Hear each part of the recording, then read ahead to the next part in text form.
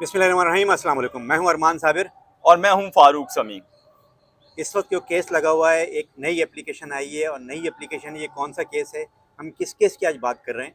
ये बात हो रही है बानी जो मुत्तहदा कौम मूवमेंट है उनकी, आप और इतने उनकी डरते तरफ डरते से क्यों जो है बोल रहे हैं, झिझक झिझक के क्यों बोल रहे झिझक झिझक के बोल रहा हूँ। हैं? अच्छा, तो आप क्या समझ चाहते हैं आप कि मैं बगैर बगैर झिझके बात करूँ? मैं तो चाहता हूँ फ्लुएंट बोलें, नाम वहाँ पर नाम के साथ बोलें। वहाँ तो जो है वो उनके नाम पर तो जो है वो पहले झिझकते नहीं थे, पहले तो जो है वो सबकी जो है वो सिट्टी गुम हो जाती थी।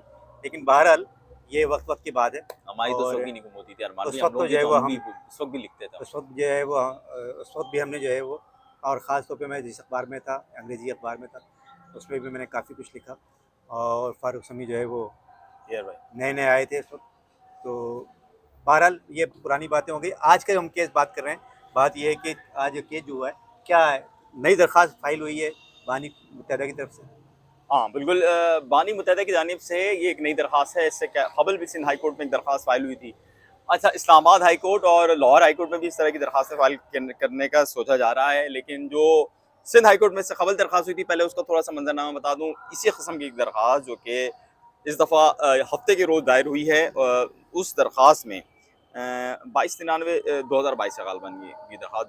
और इस दरख्वास्त के अंदर इससे कबल जो दरख्वास्त इन्होंने दायर की थी, गालबन दानिश नाम था उनका या जो भी नाम था उनका, वो जिस तरह मुझे नाम याद नहीं रहा, इस तरह वो भी किसी को याद नहीं रहे, क्योंकि वो समातों में नहीं आए और वो दरख्वास्त जो है वो उनकी अदम दिलचस्पी के बायस ख़त्म हो गई या उन्होंने वापस ले ली।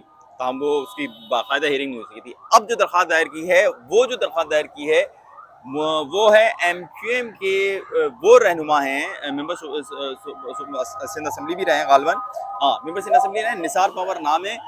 आजकल अगर आपको याद हो, कराची प्रेस क्लब और अतराफी शाहराहों पर 14 अगस्त के रोज जबरदस्त एहतजाज हुआ था, और उस एहतजाज को लीड करने वालों में निसार पवर भी शामिल थे। अच्छा, निसार पवर जो हैं वो अजीजाबाद में उनकी किसी दौर में रिहाइश थी, अब कहाँ पर रहते हैं मुझे नहीं मालूम। उनको वो अजीज़ाबाद से इलेक्शन भी लड़ चुके हैं। जी हाँ, बिल्कुल। उन्होंने एक दरख्वास्त सिंध हाई कोर्ट में जो दायर की थी, वो दरख्वास्त अब तकरीबन एक्सेप्टेड हो गई है और उसको 30 तक या कल तक गालबन वो सुनी जाएगी। उस दरख्वास्त के अंदर उन्होंने वफाकी वजारत दाखिला, वजारत क़ानून, वजारत इत्तलात और पैमरा को फरीक बनाया है। अच्छा, उस दरख्वास्त में जो कहा गया, उसमें कहा गया है कि बानी MQM जो हैं वो एक मुहिब वतन पाकिस्तानी है, और उनके तहत एक फलाई तंजीम भी मौजूद है जिसने लाखों बेवाओं, यतीमों और गरीबों की वो मदद करती थी। उनका ये कहना है कि जो बानी MQM की जो तंजीम थी, मैं आपको बता दूं उसका नाम खिदमत खल्क फाउंडेशन था। उसके तहत इस वक्त वो मतलब वो कहें, मतलब अभी अभी उन्होंने रिटर्न में उस तरह नहीं है, लेकिन वो कहेंगे अपने दलाइल में। खालिद मुमताज़ एडवोकेट उसके वो हैं, और खालिद मुमताज़ एडवोकेट की खासियत ये है कि वो मुस्लिम लीग नून के करीब समझे जाते हैं, बाहर की सियासत में एक्टिव हैं, तगड़ा आदमी है। उसको कोई तरह, मतलब जो हमारे पास होता है ना, तगड़ा वकील है भाई, इसको ज़रा आराम से नहीं करना, वो ठीक वाले है। वकील हैं वो। तो वकील का इंतखाब बड़ा चुन के किया गया है, और अगर मैं देखूँ जिनके तवज्जो से दायर हुई है और जिन्होंने दायर करवाई है, मतलब निसार पवर साहब अब तक तो बड़े नज़र आए हैं, ज़मानत पे बाहर हैं। 5,000 रुपये के मचल के जमा थे इनके ऊपर। ये कोई जलाओ गिराओ वाला केस बना था यहाँ पे 14 अगस्त के रोज़, सही। इन्होंने जो प्रोटेस्ट किया था। तो उनकी इस दरख्वास्त के ऊपर फर्दर क्या होता है ये तो देखने वाली बात है, लेकिन जो उन्होंने प्ली क्या है उनकी? आर्टिकल्स लगाए हैं उसमें उन्होंने कहा है कि आइन की आर्टिकल 4, 17, 19, 25 की खिलाफ वर्जी। ये सारे बुनियादी जो बुनियादी हकूक़ होते हैं रियासत देती है, जिसको हम ह्यूमन राइट्स के भी कहते हैं, और बुनियादी इंसानी हकूक़ होते हैं, बोलने की आज़ादी और उनको उनकी एक्टिविटीज़ की आज़ादी। तो ये उस राइट से हैं, और वो कहते हैं कि जनाब आपने ज़्यादती कर रहे हैं। अच्छा, पाबंदी ख़त्म करने के मुतालिक उन्होंने कहा इससे कबल हम मुख्तलिफ अक़वाम से रब्ता कर चुके हैं, उसके साथ सुना है, उस डॉक्यूमेंटेशन उनके पास मौजूद है जिसमें उन्होंने रब्ते किए मुख्तलिफ इदारों को, खतूत हैं, मरासले हैं, और ये चीज़ें हैं कि भाई हमने आपसे रब्ता किया था, आप हम पर से पाबंदी हटाएं, आपने हम पर से पाबंदी नहीं हटाई है, हम पर पाबंदी बनती नहीं है, उनका ये कहना है। ठीक है। अच्छा, उनका कहना है कि बानी MQM पर आयद हर किस्म की पाबंदी को ख़त्म किया जाए। तो जनाब ये सिंध हाई कोर्ट में दरख्वास्त है जो कि मुतवक्का तौर पे कल सुने जाने का इम्कान है, कल या परसों में सुनी जाएगी समाअत होगी और इसके ऊपर समाअत बाकायदा। होगी। अगर निसार पवर मौजूद हुए कमरे अदालत में, और अगर खालिद मुमताज़ मौजूद हुए, खालिद मुमताज़ मैं जानता हूँ आज मुनासिब वकील हैं, अच्छे वकील हैं, और उन्होंने अगर मुनासिब से दलाइल दे दिए अदालत में तो हुक्म इम्तना तो कहीं नहीं। और अगर एक हेलो हो गई तो फिर क्या होगा? अच्छा, हुक्म इम्तना का मतलब क्या होगा? हुक्म इम्तिहान या स्टे मिल गया तो उनका मतलब ये है कि जब तक अदालत फैसला नहीं देती थी उस वक्त तक एम के बानी को बोलने की इजाज़त होगी। तो फिर ये वो लंबी गर्दन वाला है रहनुमा क्या करेंगे जो कि अपने ओहो, आप को बानी की जगह तस्वुर कर रहे हैं। फिर वो लांडी कोरंगी वाले दोस्त भी क्या करेंगे जनाब, क्या ओ, होगा? और यानी कि बहादुराबाद पे क्या गुजरेगी, पहले अरमान भाई ये बताएं यानी आप। कि कराची की सियासत में एक हलचल देखें की कराची की तवक्को हो सियासत सकती में है। हलचल बिल्कुल तवक्को है। आज कुछ दोस्त बड़े दोस्त दिखे हमें और वो उस चीज़ के पीछे थे, उस रिपोर्ट के पीछे थे। जो रिपोर्ट उनको दरकार थी जनाब, ये वो रिपोर्ट है जो कि उनको दरकार थी। और मैं आपको दिखा दूं ये अगर नज़र आ स्क्रीन रही पे हो, जो है वो हम आपको स्क्रीन पर हम लगा देंगे। लगा देंगे। तो ये रिपोर्ट उनको दरकार थी कि जनाब ये हमको मिल जाए फाइल, और लेकिन हो गए भाई ने उड़न छू कर लिया अच्छा, से कोई कर ले। ज़बरदस्त। तो काम ही अपना ही है, क्या करते हैं, धंधा ही है, सही है, रोज़ का रूटीन है। रोज का रूटीन है। ठीक है, तो आज जो है ये अपडेट है इस केस के अंदर, जो कि बानी मुत्तहिदा ने जो है वो एक बानी मुत्तहिदा की जानिब से। नहीं ये बात नहीं, मैं आपसे सवाल ये है कि बानी मुत्तहिदा तो आ गए, फर्ज करें। वैसे मेरी कुछ दोस्तों से बात हुई, मेरी बाबा जी से बात हुई, अपने बाबा जी कह रहे हैं यार नहीं आता, हम्म, नहीं, अगले खुश नहीं है इजाज़त देने में।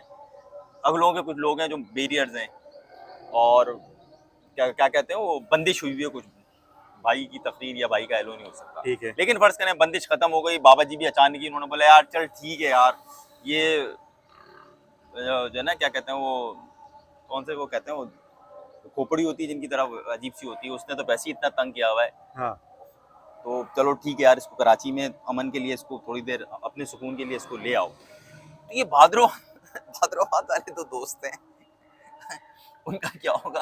बाकियों का क्या और होगा? बाकी जितने भी जो है वो इधर उधर गए हैं देखिए सारे के मैं सारे। देखिए मुस्तफ़ा कमाल एक ऐसा आदमी, मैं जब भी उसका नाम लेता हूँ मैं कहता हूँ मैं इसको पसंद कर, इसकी रिस्पेक्ट करता हूँ। मतलब हम तो बतौर साहब ही किसी को पसंद और नापसंद का हमारा मैटर नहीं है, हम तो ग्राउंड रियलिटी से बात करते हैं। लेकिन मैं मुस्तफ़ा कमाल साहब और अनीस फैम खानी साहब को मैं कहता हूँ यार, ये मैं इनकी रिस्पेक्ट करता हूँ, जो भी हैं जैसे भी, मुझे से लेना देना नहीं। लेकिन इन सब के सियासी मुस्तकबिल का क्या देखिए, NA 240 और NA 245 इन दोनों के इलेक्शन ने एक एक जो है ट्रेंड तो सेट किया है कि अगर जो है वो बाइकआउट का सिर्फ जो है वो ट्विटर पर भी कहा जाएगा या व्हाट्सएप के मैसेजेस पे भी कहा जाएगा, तो इसका एक असर तो आ रहा है।